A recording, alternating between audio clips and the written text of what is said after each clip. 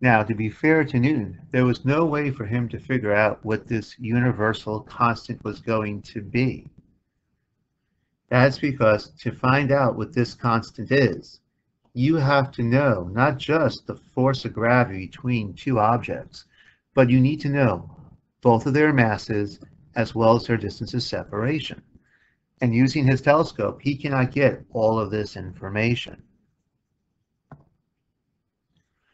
However, there was another scientist named Henry Cavendish who had inherited a lab setup that he was actually able to use to find out what this constant was. Basically, it was a very large room where there was a rod that was suspended by a wire that was connected to a weight that could be used to measure how much the rod was twisted. On the ends of the rods, there were these very large masses that kept it balanced. The room was totally enclosed so that there would be no airflow, and he could use candles and little viewing lenses to see what was going on. And what he had done was he inserted masses into the chamber near those large masses on the edge.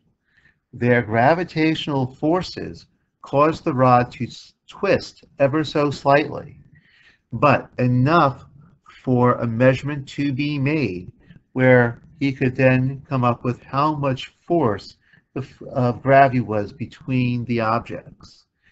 He was actually able to control the distance of separation. He was actually able to establish what the masses were. And now by measuring the force of gravity, he could go back to this equation and actually solve for G. The value of G is incredibly small. It is one of the smallest values that we have to work with when it comes to force. The value of the gravitational constant is 6.67 times 10 to the negative 11 newtons times meters squared per kilogram squared. This is an incredibly small number because gravity is, in fact, the weakest of all our forces in the universe. In fact, it is so weak that you need to have the mass of a moon or small planet just to be even noticed. Just to give you a comparison, here is a constant for the second weakest force, the electrostatic force.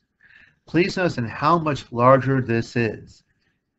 The electrostatic force has a constant that is 9 times 10 to the 9 Newton meters squared per Coulomb squared.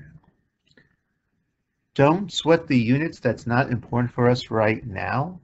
Only notice that how the force of gravity has a constant that is so incredibly small compared to this, it's completely ignorable.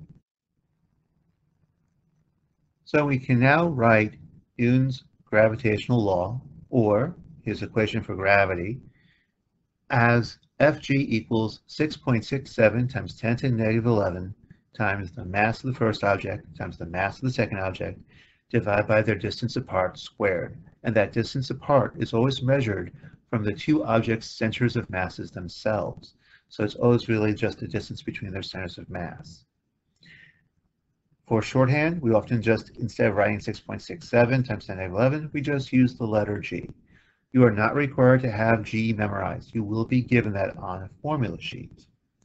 If we write this in vector form, we see the exact same thing that we saw before, but we just have a negative sign because anything that goes against the radius is going to be negative. And all attracting forces that pull towards each other will come out to be negative if we're dealing with a polar coordinate system. Again, this is our major focus, the scalar. I just want you to see the vector form just because you might see that somewhere else, and I just don't want you to be confused when you see it.